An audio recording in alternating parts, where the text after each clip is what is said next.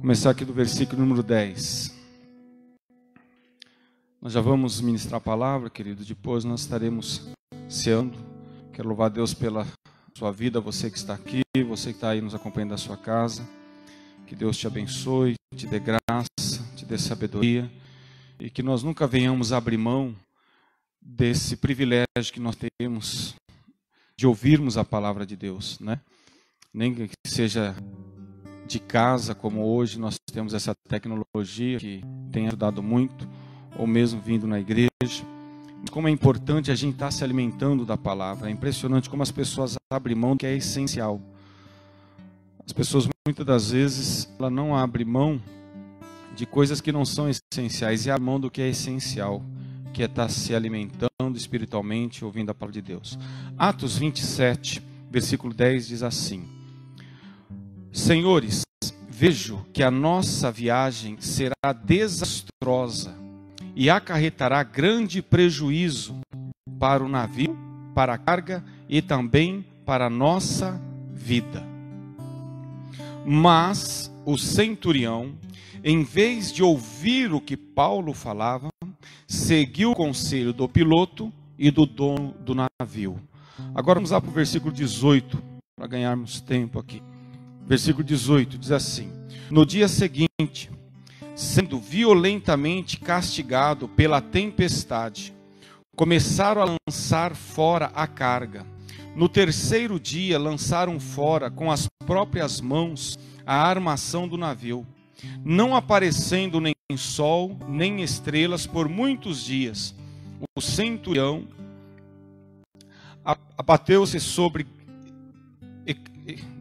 não aparecendo nem sol, nem estrelas por muitos dias, e continuando a abatê-los sobre nós grande tempestade, finalmente perdemos toda a esperança de salvamento. Olha aqui, perdemos toda a esperança de salvamento.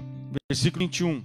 Visto que os homens tinham passado muito tempo sem comer, Paulo levantou-se diante deles e disse: Ó senhores, deveriam ter aceitado o meu conselho de não partir de Creta, pois assim teriam evitado este dano e prejuízo. Vou ler de novo. Os senhores deveriam ter aceitado o meu conselho de não partir de Creta, pois assim teriam evitado este dano e este prejuízo. Vamos orar. Pai, nós somos gratos pela oportunidade, o privilégio que temos de estarmos reunidos aqui na Tua casa, para juntos prestarmos um culto de louvor e adoração ao Teu nome. Abra nossa mente, o nosso coração, para entendermos e compreendermos o que o Senhor quer nos revelar através da palavra. Te agradecemos por esse período de louvor, te agradecemos por cada vida que está aqui presente, as vidas que estão nos seus lares também, que de uma forma singular, especial, o Senhor toque em cada vida, em cada coração. Tira de nós toda a distração, pensamentos contrários, que todos nós venhamos estar inteiramente ligados, sintonizados ao que o Senhor quer nos revelar através dessa palavra. É no Teu nome que pedimos, Jesus, e já te agradecemos. Amém? Que podeis assentar. Depois de muitos dias, né, mais de 3 meses aí, nós estamos nesse vai e vem constante da pandemia. Então ficamos aí praticamente 2 meses fazendo o culto das nossas casas. De repente liberou, fizemos culto 3 semanas, depois parou de novo, depois voltamos, parou de novo e agora estamos voltando e vamos continuando, né? Eu creio que nós como cristãos, queridos, nós temos que ter algo na nossa mente. Para nós que conhecemos a Bíblia, não existe surpresa. Tem gente que acha que Deus é aquele, que Deus dá para pegar Deus de surpresa, né? Nós que cremos em Deus é a mesma coisa. Nós não podemos nos abater, nós não podemos surpreender, porque se nós conhecemos a Bíblia, o mundo jaz do maligno, os dias são maus, dias difíceis sempre existiram, sempre vão existir na história da humanidade. O que nós não podemos fazer é perder a nossa fé. É perder a nossa esperança, perder a nossa convicção, é crer que se Deus é por nós, ninguém vai ser contra nós. Isso que é importante. Então que essa pandemia, essa crise, ela mudou a nossa rotina, ela mudou os projetos, ela mudou o plano de muita gente. mas ela jamais pode mudar as convicções que a gente tem em nosso coração. Que você tenha essa consciência de sempre estar buscando, de sempre estar se fortalecendo nesse Deus. Quero louvar a Deus pela vida do Edilson, que está ali, né, juntamente com a esposa. Deus abençoe o amigo. A Elizabeth, né, que voltou aí, que Deus te abençoe, bom te ver, viu, Elizabeth? Amém? E bom ver vários irmãos aqui que fazia tempo que a gente não revia, né, por causa da pandemia aí. Que Deus abençoe vocês.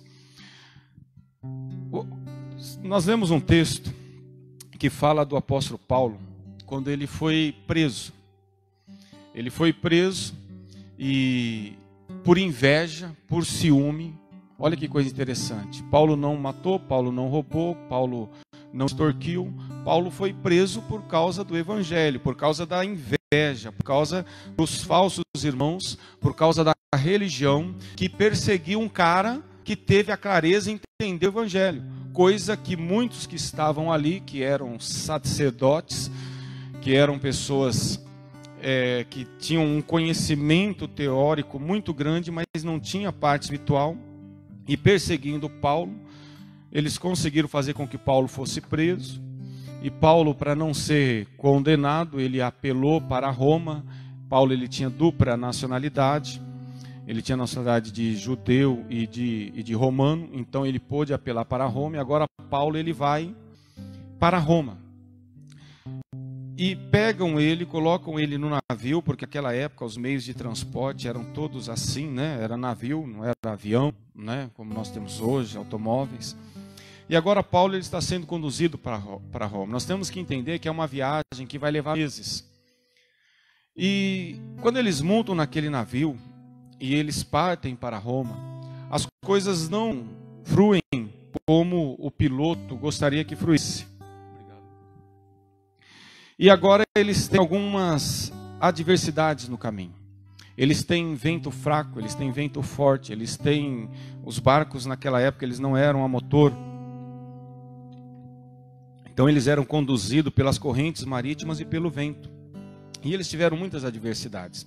Até que eles conseguiram chegar num porto, que era de Creta, e de repente o inverno já estava próximo, e o centurião, né, porque era um navio que estava levando prisioneiros para Roma, vários prisioneiros.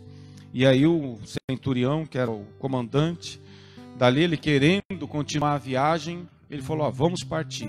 Paulo era um preso, mas Paulo, ele tinha o privilégio de poder conversar com o centurião. Paulo, ele era bem esclarecido, Paulo conseguia falar muito bem, e Paulo chama o centurião, o capitão do navio, fala, gente, olha, eu sugiro a vocês que nós não partamos daqui, porque eu sou cristão, eu sirvo a um Deus vivo, e Deus tem colocado no meu coração, tem me revelado que se nós sairmos daqui, vai acontecer muitas coisas. Nós vamos pegar tempestade, o barco vai ser assolado grandemente, nós vamos perder toda a carga, nós vamos ter vai haver um prejuízo muito grande.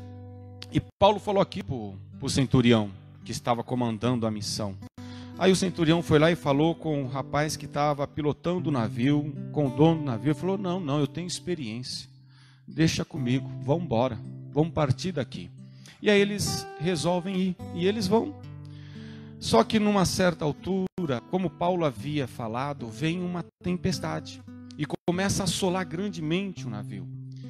E agora você imagina eles em alto mar, aquela tempestade, vento, chuva, assim, embaixo de chuva, tempestade, e um dia, 2 dias, aquilo foi aumentando, e até que eles viram que não tinha mais esperança. Eles já tinham jogado toda a carga do navio. Entendam que quando você ia fazer uma viagem, você levava muito mantimento, e muitas das vezes você aproveitava também para fazer serviço de correio, né?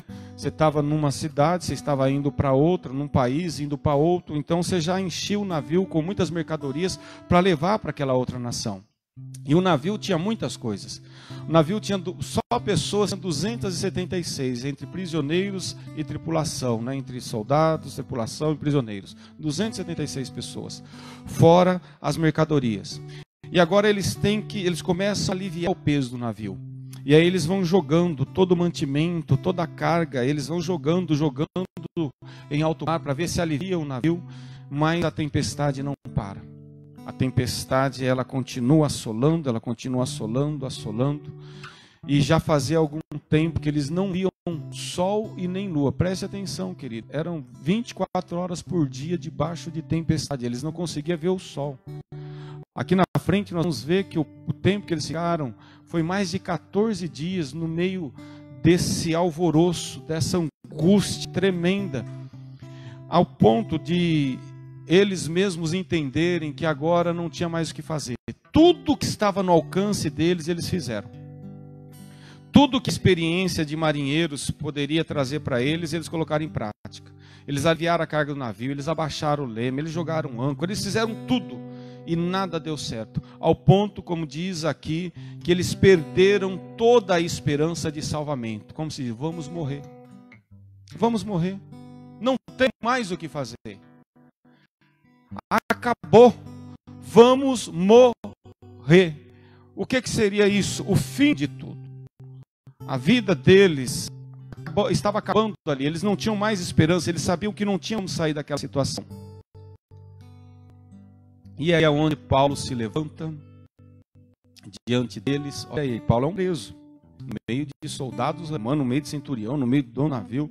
E Paulo se levanta diante deles e disse: os senhores deveriam ter me ouvido. Olha só que coisa linda, olha que autoridade de Deus. Os senhores deveriam ter me ouvido, porque se vocês tivessem me ouvido, vocês teriam evitado todo esse dano, todo esse prejuízo, todo esse estrago, todo esse transtorno, todo esse medo, todo esse remorso, toda essa culpa, toda essa angústia. Vocês teriam evitado se vocês tivessem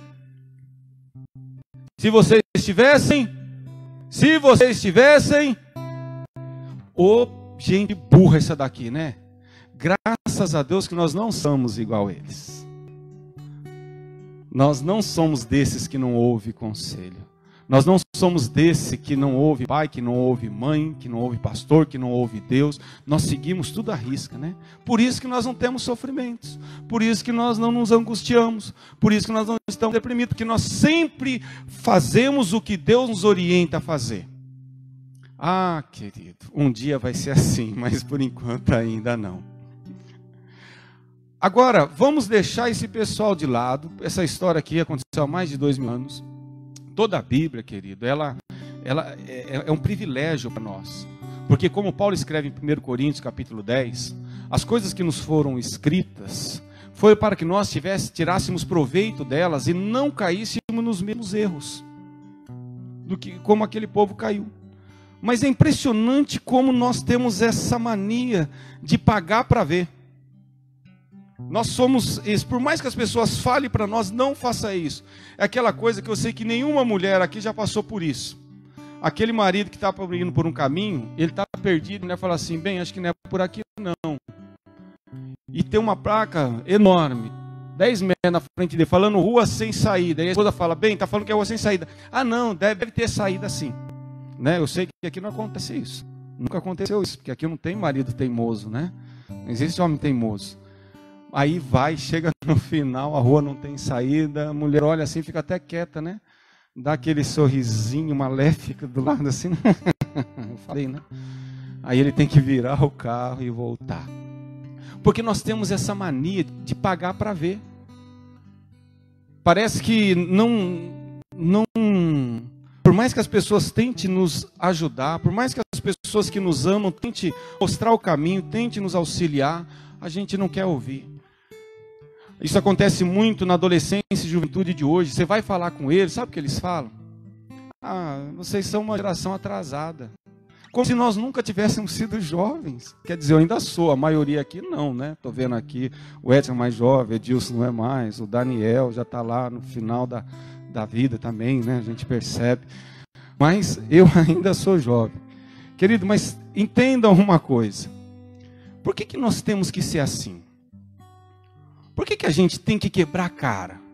Por que a gente não pode simplesmente evitar tantos males, tantos danos que sobrevêm sobre as nossas vidas? E nada contra os masoquistas. Que tem gente que gosta de sofrer, tem gente que gosta de apanhar, tem gente que gosta de quebrar a cara. Tem até um ditado que está errado, né? O pessoal fala assim, errar uma vez é humano, mas errar 2 vezes, o que é? Burrice, não é? Não, é escolha. Porque na primeira vez, talvez você não sabia do resultado, você sabia só pelos outros falar, agora não, agora você já teve. Então é que você gosta de apanhar mesmo. Você gosta de sofrer mesmo. Agora, sabe qual que é o grande problema que nós encontramos aqui? Não é essa questão de nós fazermos as coisas fora da vontade de Deus, fora da vontade das pessoas que nos orientam, nossos pais. A grande questão é nós não assumirmos as consequências pelas nossas escolhas e transferirmos a responsabilidade dos resultados das nossas escolhas. Porque é nítido hoje, é visível hoje, a decepção, a frustração, a angústia que a maioria das pessoas estão vivendo. E não tem a hombridade, não tem a honra, o caráter, a integridade de reconhecer que fez escolhas erradas, que a culpa é minha, e não adianta eu transferir essa responsabilidade para o meu pai, para minha mãe, para o meu amigo, para o meu pastor, para Deus, porque a responsabilidade é minha, a escolha é minha. Eu sabia que não deveria ter feito isso, e eu fiz, e agora estou colhendo o fruto daquilo que eu sabia que não deveria ter feito. E em vez de nós tomarmos uma atitude, tomarmos uma posição e mudarmos então, a partir de agora, não. Nós usamos uma palavrinha meio esquisita e feia, procrastinação. A gente vai empurrando com a barriga para não tomar a atitude que nós já devíamos ter tomado lá atrás. A gente reclama do corpo, mas a gente não quer fazer dieta. A gente reclama do quanto a gente ganha no nosso trabalho, mas a gente não quer estudar. A gente não quer trabalhar mais. Tem uma frase que diz, trabalhe mais do que você é pago para fazer, né? Faça mais do que você é pago para fazer, que muito em breve você vai receber mais do que o que você deveria receber pelo que está fazendo. Que é o que Jesus ensinou. Jesus falou que o servo inútil, qual é o servo inútil? É o que não faz nada? Não, querido. Isso daí a Bíblia nem descreve, não tem nenhum adjetivo para esse imprestável, né? Jesus fala que o servo inútil é aquele que faz tudo o que pedem para ele. Ô, pastor, o que é isso? Você lê a Bíblia? Jesus conta a história, Jesus falou que o servo inútil é aquele que faz tudo o que manda. Ué, e aquele que não faz nem o que manda? Então, aí fique você para julgar. Agora Jesus fala, sabe quem é o servo útil? Servo útil é aquele que faz mais do que é mandado. Depois eu falo com você, filho. Pode ser? Beleza? Fica com a perguntinha aí, depois eu falo para você. O servo útil é aquele que faz mais do que é mandado. Então, se eu tenho que varrer um cômodo, eu vou lá e eu varro 2. Se eu tenho que capinar uma rua, eu estou ganhando para capinar uma rua só, mas eu acabei mais cedo, eu vou embora. Não, eu vou começar outra também. Eu faço além do que me pedem. Mas quem quer fazer isso? As pessoas malemar quer fazer as suas obrigações. As pessoas malemar quer fazer aquilo para o qual elas foram contratadas a fazer. Querido, a grande questão aqui é nós simplesmente tomarmos atitude. E pararmos, ficarmos empurrando as coisas com a barriga. E reclamarmos dos resultados que estamos tendo. Por quê? Porque a vida que você está levando é culpa do seu pai, da sua mãe, do pastor, de Deus. Não, querido, vamos ser sinceros. A culpa a vida que estamos levando é culpa nossa. E eu não posso atribuir a ninguém. Ai, pastor, casei com um camarada lá, misericórdia. Você ouviu sua mãe a respeito desse cara? Ah, pastor, nossa, estou com um problema no meu casamento. Minha esposa, vem cá, quando você foi casar, qual foi o conselho que seu pai e a sua mãe deu a respeito dessa moça? Ah, mas sabe como é que é, né? Mas a vida é minha, eu que tenho que escolher. Então, você escolheu. E essa escolha te trouxe resultados. E por que agora você transfere? Querido, Provérbios 19:3. Todos aqui já estão carecas de conhecer esse versículo. A insensatez do homem arruína a sua vida, mas no seu coração ele se ira contra o Senhor. Nós nunca vamos mudar de vida se nós não mudarmos de atitude. Porque como diz Einstein, insanidade não é rasgar dinheiro. Insanidade é fazer as coisas do mesmo jeito e querer resultados diferentes. Nós somos fruto dos nossos pensamentos, nós somos fruto das nossas escolhas, nós somos fruto daquilo que comemos. Nós somos fruto do que comemos. Pessoa vê uma pessoa bonitinha, parece um modelo, né? Eu sei que vocês compararam eu agora, né? Parece um modelo. Parece um modelo, fala, nossa, o corpo daquele lá, tá, mas vai ver a alimentação. Quantas das vezes ele não abriu mão de coisas gostosas? Enquanto você está dormindo, ele está lá, levantou 6 horas da manhã, fez exercício, correu, tomou banho frio. Corre para lá, corre para cá, deixa de comer doce, deixa de comer muitas coisas, não toma refrigerante. Aí você vê o resultado da pessoa, aí você fica com inveja do resultado. Querido, olha, o Salmo 73 e Salmo 37 fala de invejoso. Cristão não é invejoso, tá? Cristão não tem inveja do outro. Mas tem muita gente que é invejosa. Ela é invejosa dos resultados. Então vê uma pessoa lá com um carro, vê uma pessoa bem-sucedida, ela fica com inveja. Só que você nem sabe o processo que aquela pessoa passou. Você nem sabe o que ela fez, o que ela abriu mão para poder ter o que ela tem. E quem que te impede de você ter também, querido? Só você. É você que retém, é você que impõe impedimento sobre você mesmo. Se a gente quiser, querido, tudo é possível que crê, como a Bíblia diz. Jesus fala, olha, sabe o que você tem que fazer? É só se esforçar e ter bom ânimo, o resto você deixa comigo. Mas a gente não quer esforçar, a gente não quer ter bom ânimo. E aí a gente fica nessa procrastinação. Eu quero mudar de corpo, mas eu também quero mudar de corpo. E eu já decidi, vou passar esse restinho de ano, mas o ano que vem eu vou pegar firme. Porque o dia de tomarmos decisão é sempre no começo do ano. É aquelas promessas do dia 31 de dezembro. Porque agora, o próximo ano eu vou fazer dieta, o próximo ano eu vou fazer exercício, o próximo ano eu vou guardar dinheiro. Faz 40 anos que você estava fazendo essa promessa aí, né, e não guarda. Então a gente vai procrastinando, a gente vai procrastinando. Se a gente quiser ter mudança mesmo de vida, a gente não pode esperar mais nem um minuto, nem um segundo, é aqui e agora. É atitude. É atitude. Quando Jesus escolheu os discípulos, aí os discípulos, né, Jesus chamou os discípulos, e aí que Jesus falou, quem quiser vir após mim, renuncie-se a si mesmo, tome a sua cruz e siga. E é aqui e agora. Jesus nem deu tempo para pensar. Nem deu tempo para pensar. Quando ele chamou um discípulo lá e falou, Senhor, deixa eu enterrar o meu pai e minha mãe. Aí a gente acha que o pai e a mãe do camarada tinham morrido. E aí Jesus nem deixou, Jesus foi ruim, não deixou nenhum cara fazer o velório do pai e da mãe. Será que já tinha Covid naquela época? Já estavam no surto de Covid, né? Não podia nem participar do velório? Não, querido. O cara quis dizer, meu pai e minha mãe são idosos, eles vão durar aí mais 5, 10 anos, então deixa eu continuar a conviver com eles, assim que eles morrer, aí eu pego e eu te sigo. Jesus falou, não, filho, deixa os mortos sepultar os seus mortos, ou é agora ou é nunca. Porque quem deixa para depois não faz, querido. Tem decisões que a gente não pode procrastinar, a gente não pode empurrar, a gente não pode jogar para depois, porque são coisas que vai trazer resultado para a nossa vida amanhã. Eu só vou ter um amanhã feliz se eu plantar boa semente hoje. Eu só vou colher frutos maravilhosos amanhã se eu colocar boa semente hoje. Nós temos que tomar a atitude. Salomão, em Eclesiastes capítulo 2, ele fala que tudo é vaidade, tudo é aflição, é como correr atrás do vento. E é verdade, porque a gente fica nessa fadiga, a gente corre para lá, a gente corre para cá, a gente querendo resultado, e a gente não vê resultado. De repente o resultado a gente até alcança, só que ele não traz o que nós esperaríamos que ele trouxesse, que era gozo, paz, alegria e refrigério. Por isso que nós temos que entender todo o contexto. Quando eu falo aqui que nós temos que ouvir Deus, porque Deus ele não é parcial. Deus ele cuida do nosso corpo, da nossa alma e do nosso espírito.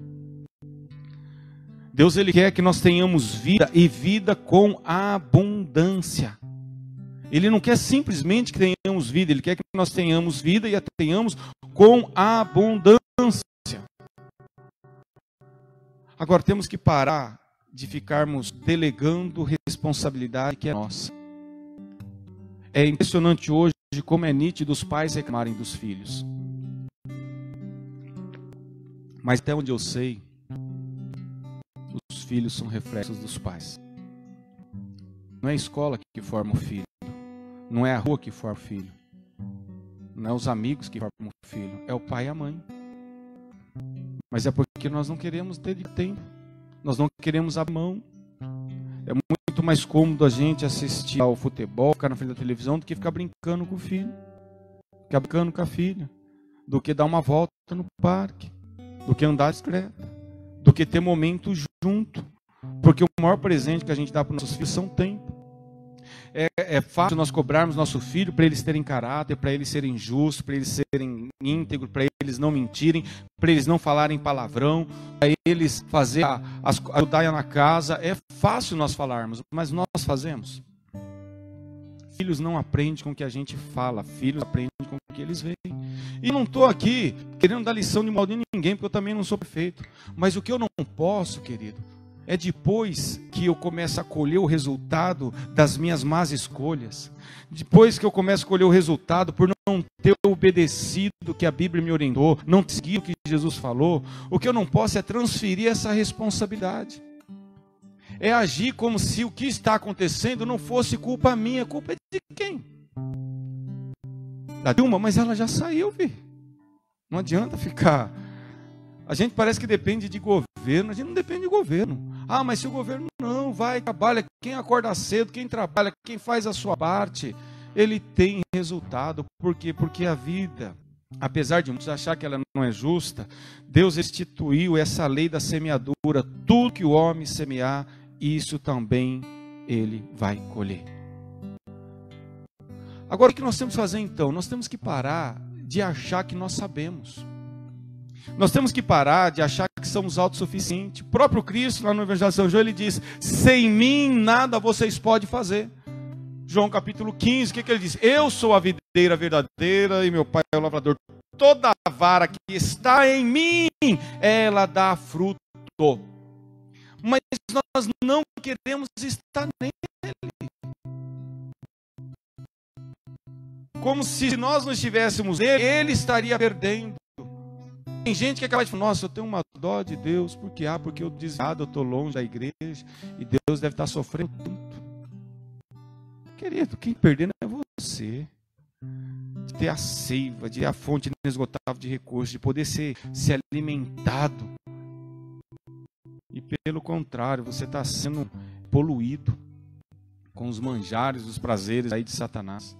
Que aparentemente parece que são escolhas que te trazem prazer. Lá em Salmos diz: concedeu o desejo do coração, mas fez definhar a alma. Por quê? Porque enganou o coração do homem. Enganou o coração do homem. Você já parou para pensar que nós não somos a exclusividade da terra? As pessoas parecem que não entendem. Ele acha que ele é a cereja do bolo. Ela é a cereja do bolo. Parece que nunca existiu pessoas antes. E não vai existir depois. Querido, bilhões de pessoas já passaram por essa terra. Já se foram. Sábios, ricos, milionários, inteligentes, ignorantes, burros, incrédulos. Passa. O homem passa. A erva passa. Tudo passa. Mas ele não passa. A palavra dele não passa. Seca-se a erva, cai as suas folhas, mas a palavra de Deus permanece para sempre, como diz Isaías 55. Mas a gente parece que despreza, parece que hoje é como se nós soubéssemos mais do que a palavra. As pessoas acham que sabem mais do que Deus. Estava ouvindo um filósofo falando, né? Não, porque o universo, o mundo, ele foi se aperfeiçoando para chegar onde chegou. E eu não entendi a visão dele, porque para mim isso piorou. Quando Deus fez, era bom. Tudo que Deus fez era bom. Tudo funcionava certinho. Você pegar lá desde o Gênesis, do Jardim do Éden, do orvalho que caía sobre a terra na hora certa, no momento certo, das árvores que produziam os seus frutos na estação certa, do certo. Foi nós que começamos a estragar todo o projeto de Deus. É como um pai que constrói uma casa para o filho. E ele constrói uma casa perfeita, bonita, todos nos detalhes, decorada, linda, e dá a casa para o filho. Daqui um ano o pai vem visitar, a casa cozida e quebrada, tudo riscada, detonada. A culpa é do pai? A culpa é do pai ou de quem mora na casa? Então, querido, quando Deus nos fez, a Bíblia diz que Ele nos fez a sua imagem e semelhança. Nós somos a coisa boa que Deus criou, mas nós, com as nossas atitudes, com as nossas escolhas, muitas das vezes nos transformamos em seres pior que Satanás. Porque tem gente que até o diabo não quer ficar perto para não pegar. O Claudio Duarte que fala, né? Tem pessoa que você vai expulsar o demônio que se liberta. Ufa, me tiraram desse corpo. Porque é muita maldade, é muita ruindade, é muita falta de Deus.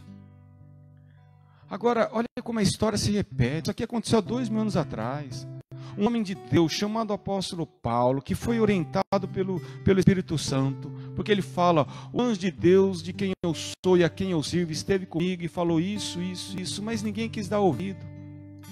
E a gente todos os dias pega a palavra em cima do que a Bíblia nos orienta, nos instrui, a gente lê, a gente ouve, mas entra por um ouvido e sai pelo outro. Então, se nós não estamos usufruindo das promessas da Bíblia, não é porque elas são mentirosas, não é porque elas não são verdadeiras, não é porque elas são falsas, não, é porque nós não estamos praticando. Porque o que Cristo falou, que é a prática que vai trazer resultado, não é saber. Poxa, se eu comprei uma terra e eu sei que se eu plantar milho, vai dar milho. Se eu plantar feijão, vai dar arroz. Se eu plantar mandioca, vai dar mandioca. Eu sei que tudo que eu colocar, que eu semear naquela terra, vai dar. Eu sei, mas eu vou lá e não semeio nada. Eu faço nada. Sabe o que ela vai dar? Espinhos e abrolhos e mato e erva daninha. Aí como eu vou reclamar depois? Eu sabia o que eu tinha que fazer para aquela terra produzir o fruto que eu queria que ela produzisse, mas eu não fiz nada. Então eu não posso reclamar do que ela está me dando. Porque a terra, querido, se você não plantar nada nela, ela não vai nascer coisa boa, ela só vai nascer porcaria. É espinhos, ervas e abrolhos, como a Bíblia diz. Se eu quiser ter coisas boas, eu tenho que semear boa semente, eu tenho que cuidar, eu tenho que adubar, eu tenho que arrancar as tiriricas, as ervas daninhas, eu tenho que fazer a minha parte. Então, fazendo uma analogia para nós como seres humanos, por que eu estou falando isso? Porque é notório a angústia, a tristeza, a falta de alegria no coração das pessoas. Para todo lugar que você anda, para todas as pessoas que você conversa, você vê uma aparência angustiada, um coração angustiado, falta alegria, falta paz, falta refrigério. A ansiedade tem tomado conta da nação num todo. E eu aqui não estou falando só do ímpio, eu estou falando dos cristãos também, daqueles que se dizem cristãos, que conhecem a Deus. Estamos vivendo como se estivéssemos deixados ao relento. Deixado, como diz Deus dará. Não! Deus, Ele instituiu o que deveríamos fazer. Por não fazermos, não estamos tendo o resultado que gostaríamos de ter. Mas se hoje ouvir a minha voz, como a palavra de Deus diz, e abrires o teu coração, tirar do meio de ti o estender de dedo, o falar falsamente, o engano. Os profetas, o que eles faziam? Eles vinham e exortavam o povo. Vocês têm que melhorar. Vocês não podem ser egoístas. Vocês não podem ser avarentos. Vocês não podem simplesmente pensar em ganhar e ganhar e não dividir. Vocês não podem roubar. Vocês não podem mentir. Vocês não podem adulterar.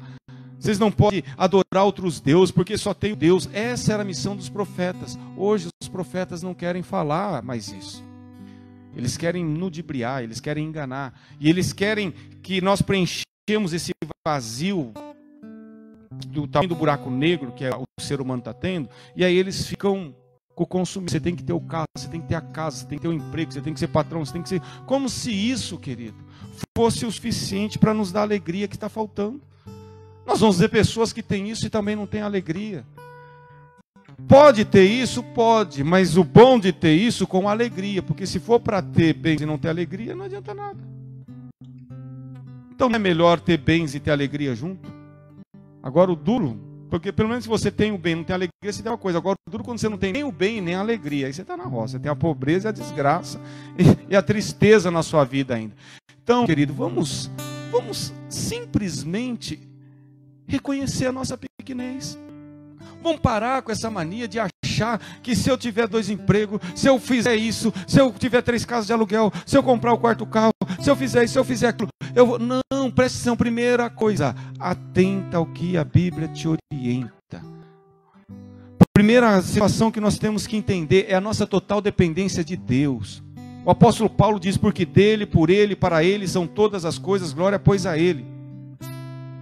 Paulo também diz, em nada tenho a minha vida por preciosa, contanto que cumpra a alegria a carreira que me está proposta por Cristo Jesus. Paulo também diz em Coríntios 3,15, ele morreu por todos, para que os que vivem não vivam mais para si, mas vivam para aquele que por ele morreu e ressuscitou. Você vai ver um apóstolo Paulo morrendo na guilhotina, mas feliz. Ai pastor, como assim? Feliz. Porque quando ele escreve a sua última carta, lá que é a 2 Timóteo, ele fala, combati o bom combate, acabei a carreira e guardei a fé, agora não me resta mais nada. Posso morrer, podem cortar minha cabeça, querido. Como, você acha que Pedro ele foi angustiado? Você acha que Pedro teve depressão quando os soldados chegaram e falaram, olha, amanhã nós vamos te matar, amanhã é o dia você foi condenado à morte, amanhã é o dia da execução. Você acha que Pedro não dormiu a noite inteira orando, Senhor me livra, me livra, me livra? Não.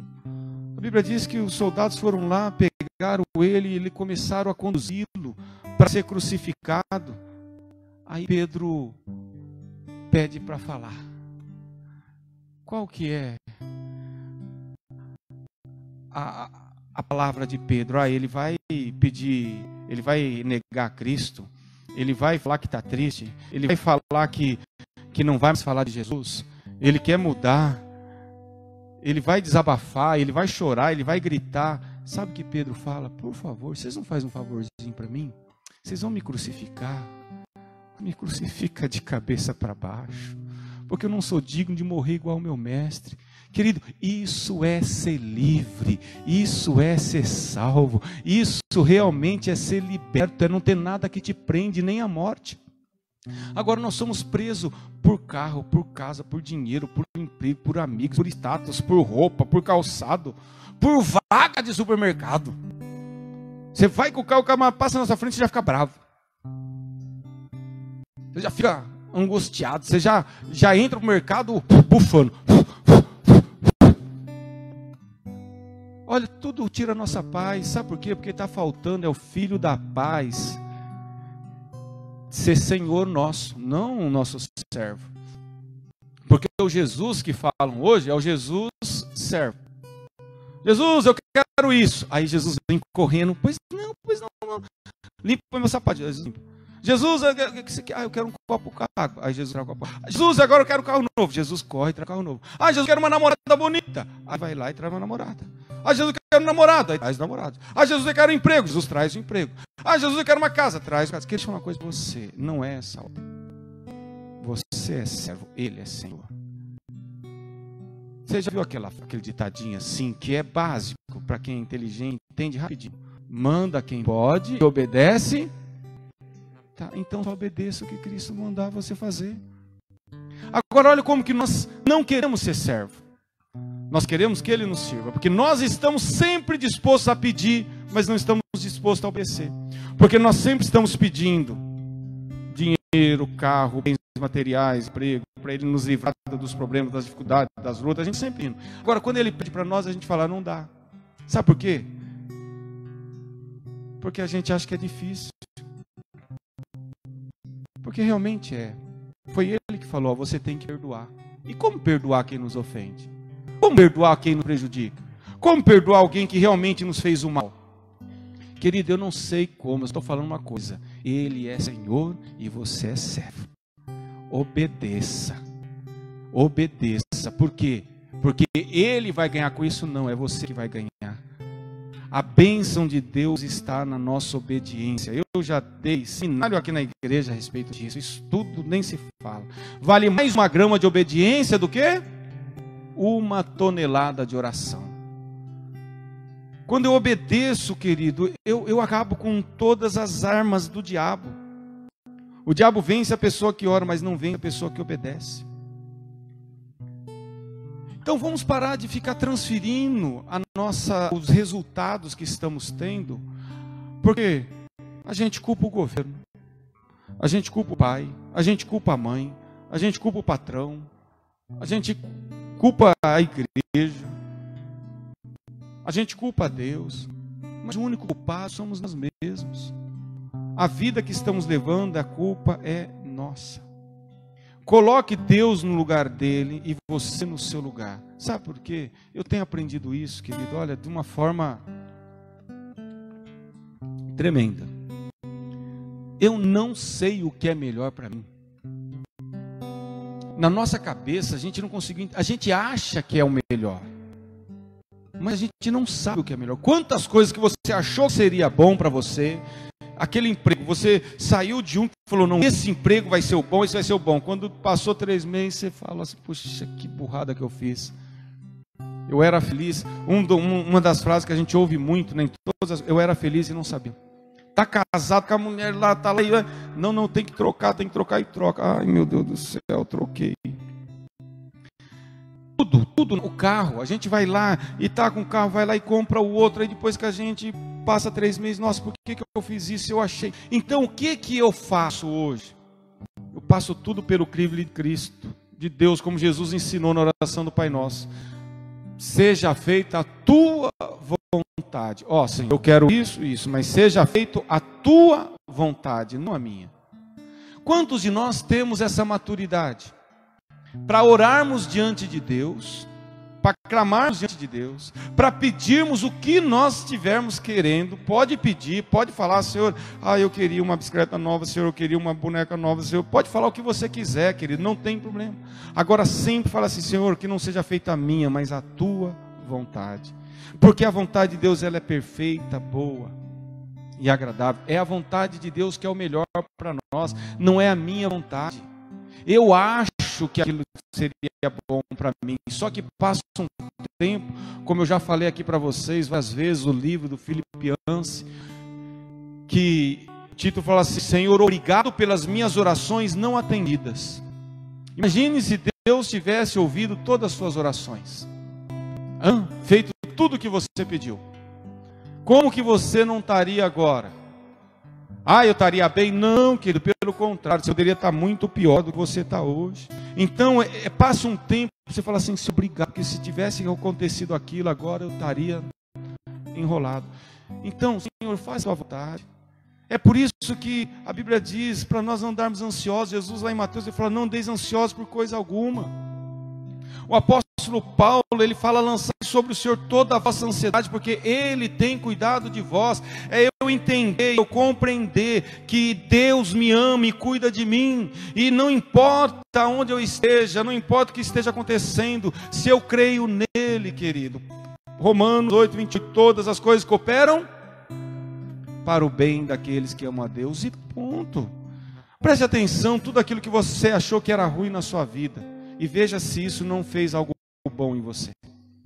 Veja se não proporcionou alguma coisa boa em você. Mas não, a gente é muito seletivo. A gente fala, isso daqui é bom, isso aqui não é bom. Isso aqui é bom, isso aqui não é bom. Eu não sei, talvez o que eu estou achando que é bom, para Deus é ruim. E o que eu estou achando que é ruim, aos olhos de Deus é bom. Então o que eu falo? Senhor, está sobre a sua vontade. Querido, aí a gente sai do lugar de Deus, porque como eu já preguei aqui, né, sobre um livro que eu li, O Pastor Imperfeito, ele fala o seguinte, nós não queremos Deus. Nós não queremos Deus. Porque Deus quer que a gente ame, Deus quer que a gente perdoe, Deus quer que a gente obedece, Deus quer que a gente ajude o próximo, Deus quer que a gente divida o nosso pão. Nós não queremos Deus. Nós queremos é ser Deus. Eu quero ter o poder de falar, garrafa se transforma em ouro, e essa garrafa se transforma em ouro. Eu quero ter o poder de pegar todas as pessoas que não gostam de mim e faz um estralo de dedo, exterminar todas. Eu quero fazer justiça com as minhas próprias mãos. Eu não quero Deus, eu quero ser Deus. Mas deixa cada um no seu lugar. Deixa cada um no seu lugar. Deixa Deus ser Deus. Porque Ele é o único que sabe ser Deus. Nós não sabemos nem ser servo, como a gente vai saber ser Deus? Então deixa Deus ser Deus. Vamos continuar sendo servos. Vamos sujeitar. Por que a gente ora pedindo para o Senhor nos ajudar, nos orientar, e quando Ele nos orienta, a gente não obedece. A gente pede, a gente ora, a gente clama, mas quando Deus fala o que a gente tem que fazer, a gente fala, não, isso também não, né? Então, querido, vamos entender como o Salmo 127 fala. Se o Senhor não edificar a casa, em vão trabalha os que edificam. Se o Senhor não guardar a cidade, em vão vigia a sentinela. Inútil é repousar tarde, comer o pão de dores. Quantas coisas são inúteis, como Salomão também fala. Vamos colocar Deus no centro da nossa vida. Vamos deixar Deus ser Deus. E o resto, querido, vem a reboque. Agora, analise a sua vida. E veja que se o que você está passando hoje não é fruto da sua escolha. Agora você vai falar assim, ó. Ah, pastor, mas já foi. Como Paulo falou, que se vocês tivessem me ouvido, vocês teriam evitado todo esse mal, todo esse dano. Só que agora já aconteceu. As coisas já jogamos para o navio está sendo açoitado, não vai ter jeito, o navio vai ser despedaçado, o navio não vai sobrar nada. Fica imaginando a cara do dono do navio, né? Ai, por que eu não ouvi esse cara? Ou vocês acham que tinha seguro naquela época? Acho que não tinha, acabou, o cara faliu. Por quê? Porque não ouviu um conselho. Não ouviu um conselho. Parece que pai e mãe viraram inimigos de filhos hoje. Porque por mais que o pai e a mãe fale, entra por ouvido e sai pelo outro. Aí o ímpio lá na rua fala, pronto. O amiguinho lá na rua, a amiguinha lá na rua fala, pronto. A pessoa vai, aí quebra a cara. Aí fica o pai e a mãe lá, sofrendo, correndo para lá, correndo para cá. Deixa eu falar uma coisa para você, papai e mamãe. Deixe seu filhinho e sua filhinha quebrar a cara. Porque é assim que eles vão aprender. São poucos que vão aprender pelo erro dos outros. A maioria quer aprender pelo próprio erro, sofrendo. Então deixa. Como nós aí que somos papai e mamãe, quantas coisas nós não passamos e aprendemos. Mas foi fácil? Não. Foi sofrendo. Foi apanhando. E aí a gente quer evitar os nossos filhos. Mas se eles não querem ouvir, deixa eles apanhar também. Deixa eles sofrerem também. Eles vão aprender. Quando a Bíblia diz, entrega o caminho, se confia nele e tudo ele fará, é poucos que praticam esse Salmo 37, sim. Entrega o caminho ao Senhor, confia nele e tudo ele fará. A gente não entrega. A gente vai seguir o nosso próprio caminho. A gente não quer entregar o nosso caminho para Deus. Deus, olha, está aqui, ó, eu queria fazer isso, mas é o Senhor que decide. Orienta a minha vida, dirige os meus passos, me mostra as decisões corretas. Não, aí Deus mostra, a gente fala assim, valeu Deus, obrigado, o Senhor orientou, o Senhor deu conselho, o Senhor falou como eu tinha que fazer, mas eu vou fazer do meu jeito. Aí Deus faz o quê? Fique à vontade. Que Deus nos ajude, querido, a voltarmos à alegria. Só vamos ter ela se realmente entendermos que Ele é tudo na nossa vida. Porque nós não vamos ficar preocupados com o Covid. Temos que ter aquela preocupação racional, assim como a gente tem aquela preocupação com o carro. A gente vê lá a placa curva centuosa à direita, a gente segura no freio, é descida, a gente segura no freio, a gente está lá a faixa, não ultrapasse, a gente fica atrás do outro carro, mesmo devagar, para não ultrapassar, porque a sinalização está nos aconselhando para evitarmos um dano. É isso que a sinalização faz, e Deus é a mesma coisa. Mas tem gente que paga para ver. E aí o que acontece? Ele atrai muitas consequências para a vida dele. Por isso que no Eclesiastes capítulo 12, se você puder colocar, eu quero encerrar com esse versículo. É um resumo do que nós estamos vivendo hoje. Vidas e mais vidas. Frustradas, decepcionadas, tristes. E quantos que já perderam a fé, né? Quantas pessoas que eram crentes, que cantavam. Você vê que perdeu a fé, perdeu a confiança em Deus. Olha aqui que Eclesiastes 12, 1 diz: lembra-se do seu Criador nos dias da sua... Antes que venham o quê? Os dias difíceis, os dias maus. E antes que se aproximem os anos em que você dirá: não tenho satisfação neles, não tenho contentamento neles. Quantas pessoas que estão vivendo assim hoje? A pessoa olha para você e fala, a pessoa se olha, ela até tem saúde, ela até tem um bom emprego, ela tem uma boa aparência, mas ela está perdida. Ela não tem paz, ela não tem felicidade, ela não tem contentamento. Não é à toa que nós somos a geração que mais se mata na história da humanidade. Nunca antes na história da humanidade nós tivemos tantas pessoas se suicidando. Se suicidando. A cada 40 segundos uma pessoa se mata.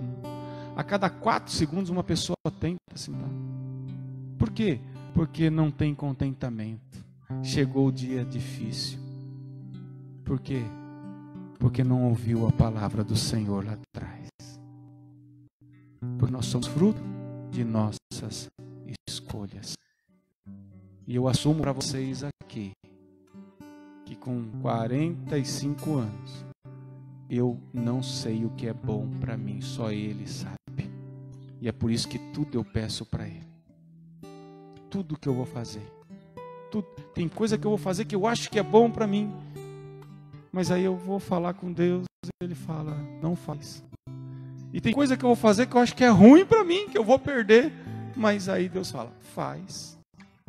E lá na frente, querido, a gente vê as coisas acontecendo. Por isso, não vá por essa vala comum. Não vá por esse caminho onde a humanidade está indo. Os homens hoje se consideram deuses. Cada um andando para o seu próprio caminho. Cada um fazendo a sua própria vereda. Não, querido. Sabe, está na hora da gente bater na mesa. Falar como Josué. Josué chegou a um ponto que ele simplesmente falou para o povo, olha, eu vou dar expressão, né? A Bíblia não fala assim, mas foi mais ou menos, Josué falou, ó, chega, eu estou de saco cheio, vocês não param, vocês só reclamam, vocês só murmuram, vocês só ficam atrás de outros deuses, vocês só ficam atrás de outras coisas, vocês querem fazer outras coisas, vocês querem servir outros deuses, vocês querem ir atrás das outras nações, vocês querem fazer a coisa do jeito de vocês, fiquem à vontade, mas eu e a minha casa continuaremos servindo ao Senhor. Simples assim. Simples assim. Porque não adianta, você está orientando, você está ensinando, você está mostrando, você está... Meu, você está fazendo o que a Bíblia está... Ah, mas é difícil. Ah, tá. Fácil é mentir, né? Fácil é passar a perna, fácil é fazer a coisa errada. Aí depois vem a consequência. E aí? Tem um livro que fala o caminho menos percorrido. Ninguém quer esse caminho. Por que você acha que Jesus falou, entra pela porta estreita?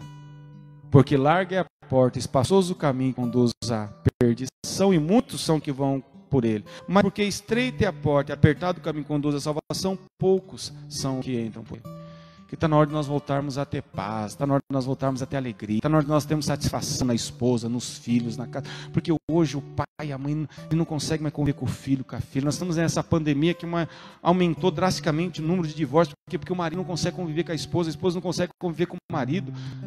Sabe, ninguém consegue, no trabalho, as pessoas não conseguem conviver com o patrão, não conseguem conviver com o empregado, não conseguem conviver com o colega de trabalho. Está todo mundo assim. Sabe o que está faltando? O que está faltando é Cristo. Por quê? Porque o mal está predominando? Sim, é verdade. E todo lugar que o mal predomina é ruim, a gente não se sente bem. O mal, ele traz dor, ele traz angústia, ele traz desespero, ele traz tristeza. Só que eu creio numa Bíblia que diz que aonde Jesus chega, o mal tem que sair. Eu sou a luz. É eu que clareio as trevas. Eu sou o sal. É eu que salgo o ambiente. Não eu, o Levi, mas o Espírito Santo que está em mim tem essa função. Por isso que o lugar não me muda, mas eu mudo o lugar. Quando a gente tem essa consciência, não importa, você pode chegar no meio de um ambiente maléfico. Mas querido, o que é? Se nós apagamos todas as lâmpadas aqui, todas, vai ficar escuro, não vai? Mas aí a gente acende uma só, já vai clarear. Olha o poder que tem uma luz. Olha o poder que tem o lavado e o remido no sangue de Jesus. Vamos ser essa luz que o mundo está precisando. Vamos ser esse reluzeiro. Vamos andar aí como Paulo, né? Escreveu a Timóteo, fala, por apresentar-te a Deus como obreiro que não tem do que se envergonhar. Vamos andar de cabeça erguida. Não falando que nós somos super-homens, que nós não somos falhos. Não, nós temos falha, temos defeito, mas o sangue de Cristo nos purifica de todo o pecado. Maior é o que está em nós do que o que está no mundo. Essa é a nossa consciência. Porque nós falamos muito isso. Mas será que nós cremos nisso? Nós falamos, se Deus é por nós, mas será que a gente acredita nisso? Porque toda hora a gente está com medo. A gente está com medo. Medo o quê, querido? O verdadeiro amor lança fora todo medo. Amém? Vamos adorar o Senhor com os louvores aí. Vamos participar da ceia do Senhor. Você que está aí na sua casa, prepare aí o seu pão, seu suco de uva, o seu vinho. E nós vamos cear aqui e você aí da sua casa conosco.